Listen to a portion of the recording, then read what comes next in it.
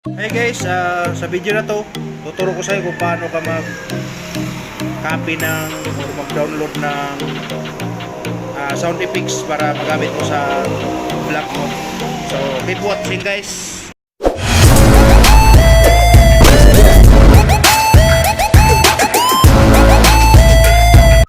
Sound effects ba? Sound effects mga YouTuber, yung bagong YouTuber, magagamit tong sound effects na to para sa vlog mo. So kailangan yung kuhan mo dito is no copyright para wala kang maging violation. So hanap tayo ng may click lang guys, yung ilang seconds lang ito. Ay, dito. Tulad dito guys, stop mo lang muna, pause mo na para makuha mo yung tugtog na to. Click mo lang tong share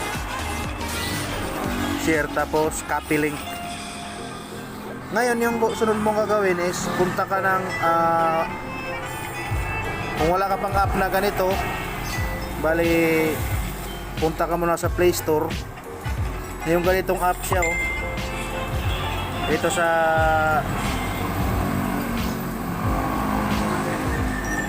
ito guys, ito yan. Yan yung app na yan. I-download mo yan sa Play Store o App Store. Download mo yan.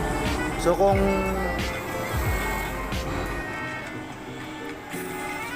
meron ka na niyan, punta ka sa muna sa browser mo. So ang gagawin mo dito is search mo tong ito, MP3 Juices. So search mo yan siya. Pag na-search mo na, di ba nag-copy ka kanina, click mo lang yan siya. Pag na-search mo na siya, i-paste mo lang siya dito. Paste mo lang siya, long press mo. So kung wala ka pang ka-idea nito, search mo lang yung search dito sa gilid. Ayan. Tapos may lalabas dito sa gilid na download. Click mo tong download. Ayan. So download na yun siya. So ang pangalan no is free sound effects for YouTubers. So na-download na yun siya. So ang gagawin mo is punta ka doon sa yung dinownload mo na app na Audio MP3. Itong na to. So click mo lang yan siya para matrim yung sound effects na gusto mo. So ito yung siya guys. Ito yung dinownload natin kanina. Nadalawa tuloy ito. Pwede rin ito. Nadalawa tuloy siya. So ang gagawin mo dyan is click mo lang yan siya. So mapupunta yan siya dito.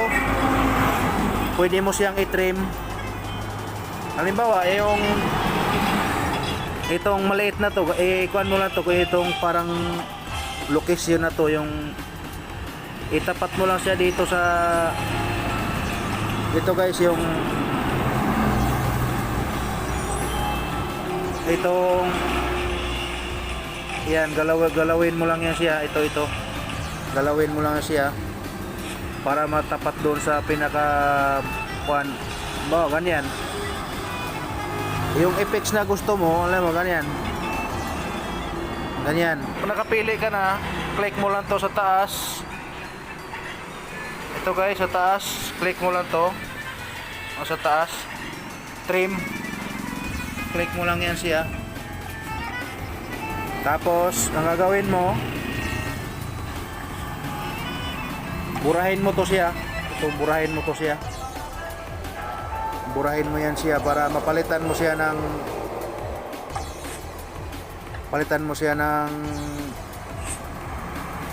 pangalan.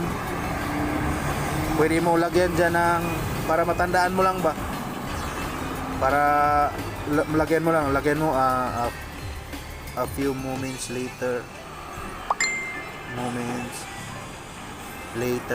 yung sinabi doon sa effect. So